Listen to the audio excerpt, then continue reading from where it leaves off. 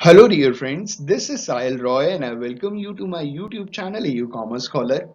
आज का हमारा टॉपिक है लॉ ऑफ डिमांड, जो माइक्रो इकोनॉमिक्स का सबसे इंपॉर्टेंट टॉपिक है। आज हम जानेंगे कि लॉ ऑफ डिमांड किसे कहते हैं और लॉ ऑफ डिमांड के अजम्पशंस क्या हैं। तो आइए शुरुआत करते हैं। आइए स्टडी करते हैं लॉ ऑफ डिमांड।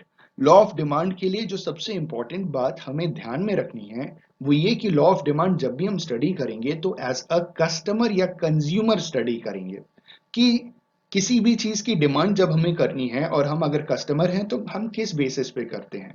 नॉर्मली क्या होता है कि जब प्राइस ज्यादा होती है, जब किसी चीज वस्तु की कीमत बहुत ज्यादा होती है तो हम डिमांड कम करते हैं, और जब कीमत कम होती है तो हम डिमांड ज्यादा करते हैं एज अ कंज्यूमर। ठीक है, आइए लॉ ऑफ डिमांड को समझते हैं।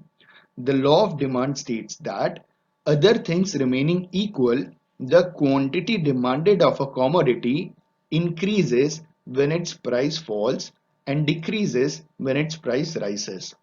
तो लॉ ऑफ डिमांड में जो बात कही गई है उसके हिसाब से अदर थिंग्स रिमेनिंग इक्वल, देखिए दो कैटेगरीज में चीजों को, फैक्टर्स को डिवाइड किया है। सारे फैक्टर्स एक तरफ जिसमें अदर थिंग्स रिमेनिंग इक्वल, और एक फैक्टर एक तरफ जो है प्राइस। प्राइस को वेरिएबल कहा गया है। वेरिएबल का मतलब जो चीज बढ़ती और घटती है, और बाकी सारी चीजें फिक्स्ड हैं। मान करके ये चला जा रहा है कि बाकी सारी चीजें इक्वल हैं लेकिन प्राइस बढ़ घट रहा है। तो इन्होंने कहा कि जब प्राइस इंक्रीज करेगा तो डिमांड फॉल करेगा, और जब प्राइस डिक्रीज होगा तो डिमांड राइज करेगा। ठीक है, the law of demand states that other things remaining equal, जो बाकी सारी चीजें हैं वो इक्वल है, जिनको मैंने यहां पे लिखा है अदर थिंग्स, जिसे हम आगे स्टडी करेंगे। The quantity demanded of a commodity increases when its price falls and decreases when its price rises। ठीक है, अदर थिंग्स में इन्होंने जो बोला, जो चीजें फिक्स रहेंगी वो है कंज्यूमर की income, price of related goods. Price of related goods में बेसिकली सब्सटीट्यूट गुड्स की बात की जाती है कि वो भी फिक्स है, वो भी चेंज नहीं हो रही। कंज्यूमर का टेस्ट और प्रेफरेंस भी चेंज नहीं हो रहा, वो भी फिक्स है। ठीक है, आगे बढ़ते हैं। The law of demand indicates the inverse relationship between the price and the quantity demanded of a commodity. जो लॉ ऑफ डिमांड है वो क्या इंडिकेट करता है कि प्राइस में और क्वांटिटी डिमांडेड में एक इनवर्स रिलेशनशिप है। इनवर्स रिलेशनशिप का मतलब होता है एक उल्टा रिलेशनशिप है।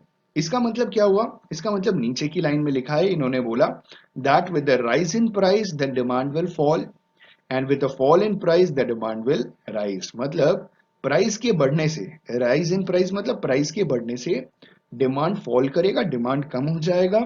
With the fall in price, जैसे ही प्राइस कम होगा, प्राइस फॉल करेगा, कीमत किसी वस्तु की कम होगी तो डिमांड बढ़ जाएगा। ठीक है, आगे बढ़ते हैं। अजम्पशंस के बारे में कहा गया है कि the law of demand assumes that other things remaining unchanged, assumptions of ceteris paribus order। अभी ceteris paribus order के हिसाब से लॉ ऑफ डिमांड काम करता है।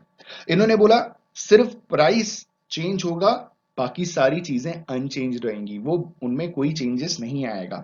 आगे ceteris paribus को इन्होंने बताया है कि as stated above, demand for a commodity depends not only in its price but also on many factors like taste and preferences, income of the consumers, price of related goods।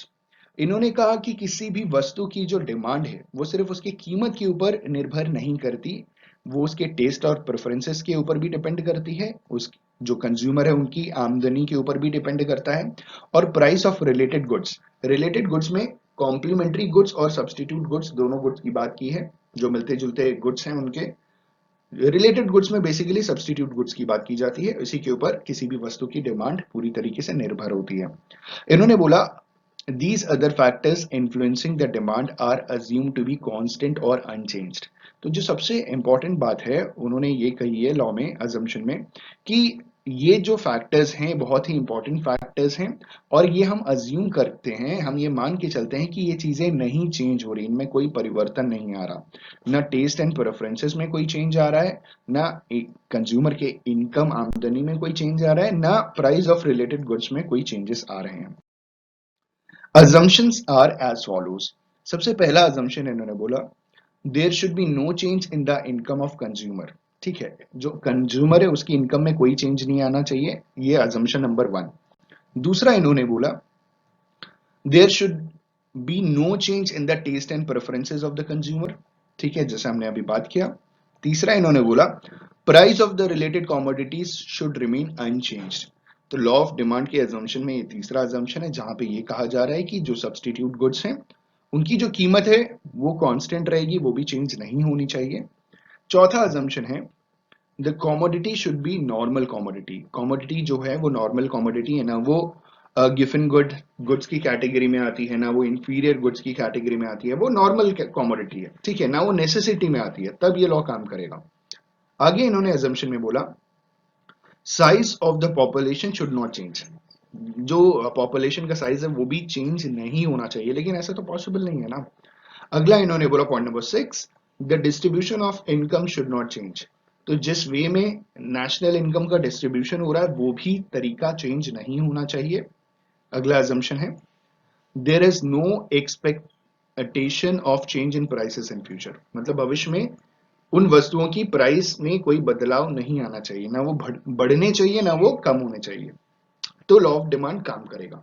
तो ये थे 7 assumptions जिसके basis के ऊपर law of demand काम करता है। मुझे उम्मीद है और भरोसा है कि आपको ये क्लियर हो गया होगा कि लॉ ऑफ डिमांड किसे कहते हैं और उसके अजम्पशंस क्या हैं। अगर इस वीडियो से कुछ सीखने को मिला हो तो प्लीज लाइक शेयर और कमेंट जरूर कीजिएगा। चैनल पे नए हैं तो सब्सक्राइब जरूर कीजिएगा और बेल आइकन जरूर बजाइएगा, मतलब क्लिक कर दीजिएगा। हो सकता है आने वाले टाइम में आपके लिए बहुत ही इंपॉर्टेंट वीडियोस आपको मिले। Thank you so much, have a good day.